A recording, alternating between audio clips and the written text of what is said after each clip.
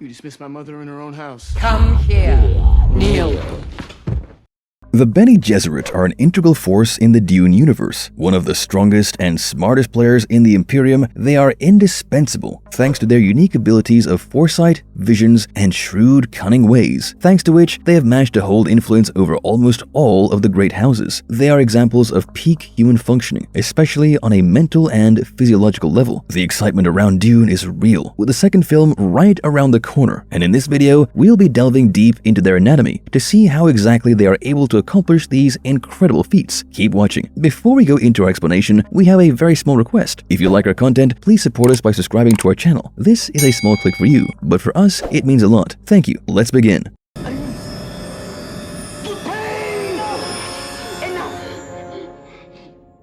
How did the Bene Gesserit come into existence? And who are the Bene Gesserit? The Bene Gesserit is an ancient and covert group of women who are best known for directing and shaping political affairs in the Dune universe. What stands out about them is that all members of the Bene Gesserit compulsorily undergo extensive training to develop extraordinary abilities that are essentially psychic in nature and enable them to control some aspects of their own body as well as command others with their voice. This further makes them formidable enemies and great assets for rulers and emperors across the universe, often ending up as wives and concubines to the rich and powerful. Although the history of the Bene Gesserit is not particularly well documented in the Dune series, the appendix of multiple revised editions of the initial novel provides more information and sheds light on the origins of this matriarchal and magical institution. The Butlerian Jihad, a turning point in Dune that symbolized the uprising against computers and thinking machines, produced intense turmoil in the Dune society. It was a war against the domination of machines, and the victory of humans gave rise to this organization. The core idea was to enhance the human brain and hone it rather than depending on machines. Over the course of the following years, the Bene Gesserit underwent significant development as its current hierarchical organization was established around the time of the Battle of Corran. They grew to major influence and were incredibly powerful by the time Paul Atreides was born. The group's main objective is to advance humanity into a new era of greatness in order to save it from itself. The Bene Gesserit have a number of long-term plans and strategies to do this, some of which are specifically intended to help, and others of which are only intended to increase their power and influence. The Missionara Protectiva, an old Gesserit program to transmit religion and mythology to as many primitive cultures as possible, is the most significant Bene Gesserit scheme, along with their notable breeding program, at least for Dune's plot. They held the conviction that a legendary messianic savior figure, the Kwisatz Haderach, would one day arrive and specifically work towards fulfilling this very goal. They are incredibly powerful, and in the rest of this video, we will take a look at the unique abilities that allow them to hold such positions of power. Most notable women that we come across in Dune are from the Bene Gesserit sisterhood or have undergone Bene Gesserit training, such as Lady Jessica, Alia Atreides, Princess Irulan, and Reverend Mother Gaius Helen Mohiam.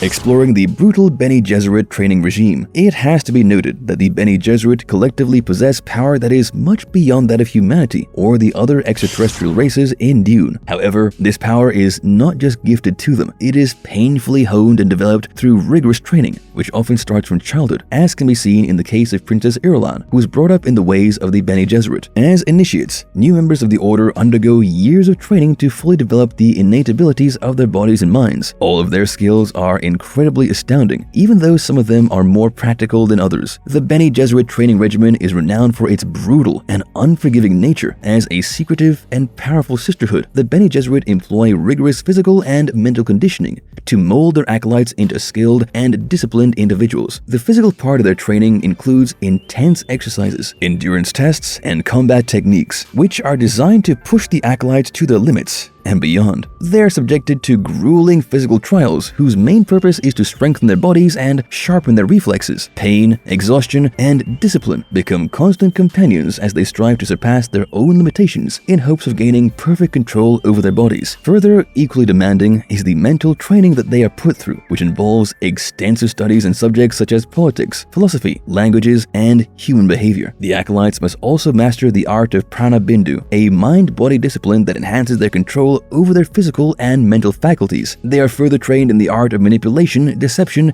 and subtlety, preparing them to navigate the complex webs of power and influence. One of the key skills the young Bene Gesserit sisters acquire is the art of observation and analysis. They learn to read people, discern their motivations, and manipulate their actions accordingly. This keen sense of perception enables them to anticipate and exploit opportunities to their advantage. Furthermore, they also become proficient in the art of persuasion and manipulation. They master the subtle use of language, body language, and psychological tactics to influence others and shape events to their liking. Their ability to sway opinions, incite loyalty, or instigate discord is a powerful tool in their arsenal. Additionally, the young sisters learn the art of seduction and control over their own sexuality. They harness their feminine charm to manipulate and gain leverage over others, using it as a weapon or a tool for negotiation when necessary. It must be noted that the harshness of the Bene Gesserit training serves a purpose: to create individuals capable of withstanding the challenges and dangers they will face in the pursuit of the sisterhood's goals. It weeds out the weak and instills resilience, discipline, and unwavering loyalty to the sisterhood's cause.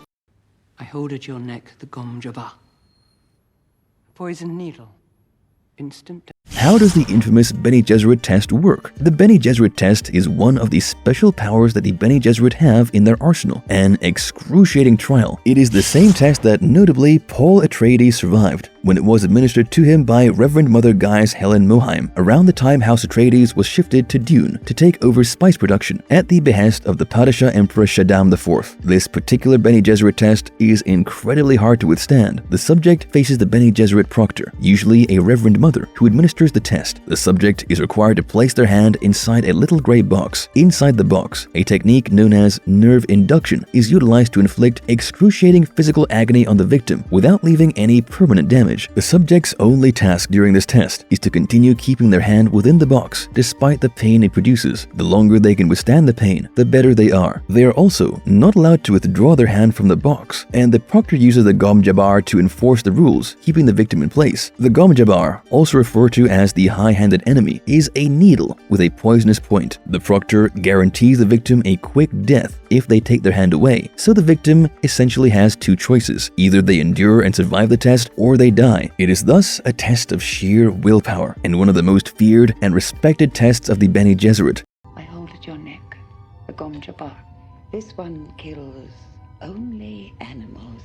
What is the true power of the Bene Gesserit voice? A unique Bene Gesserit talent is the voice, something that sets them apart from other enhanced humans such as the Mentats. It allows a sisterhood member the ability to command someone by using a specific sound frequency. If a Bene Gesserit employs the voice, it is almost impossible for a subject to defy her directives, almost putting them in a trance or hypnotizing them. The voice works by exploiting the physiological and psychological vulnerabilities of individuals. The Bene Gesserit learn to modulate their tone, pitch, and inflection to produce a commanding and irresistible influence over their targets. With a single phrase or command, they can compel obedience, instill fear, or elicit specific responses from their subjects. Through years and years of training and practice, they learn to project authority and confidence in their voice, manipulating the natural tendencies and susceptibilities of those who hear it. In fact, the voice taps into the primal instincts of individuals, bypassing rational thought and triggering automatic responses. The power of the Bene Gesserit's voice lies in its ability to bend others to the adept's will without resorting to physical force. It is a potent weapon in negotiation, manipulation, and gaining the upper hand in various situations.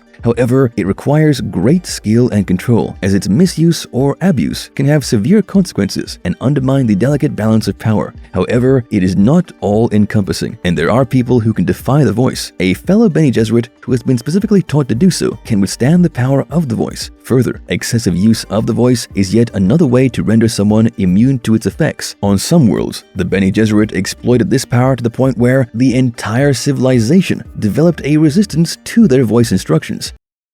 Can they control their internal bodily functions? The sisters of the Bene Gesserit are known to have complete control over their physiology, to the point that they are even able to control their own menstrual cycles and further choose the gender of their child while in the womb. In fact, they are completely in control of their entire metabolism. The Bene Gesserit can control their glandular secretions in addition to their muscles and nerves by applying the principles of Prana Bindu. Prana, which represents life in ancient Sanskrit, and Bindu, which represents the spot on the body where all of the body's chakras chakras combine and separate simultaneously. A Bene Gesserit receives training in the art of Prana Bindu from an early age. They can make themselves resistant to any poison delivered into their bodies, since, thanks to their power, they are able to change the chemistry of their bodies, essentially rendering the poison harmless. Additionally, this specific ability enables a Bene Gesserit to endure even the most hostile conditions, since they are quick to adapt physiologically. It has also been demonstrated that they are able to delay the aging process in their body by using this power. They are fully in control of their bodily functions.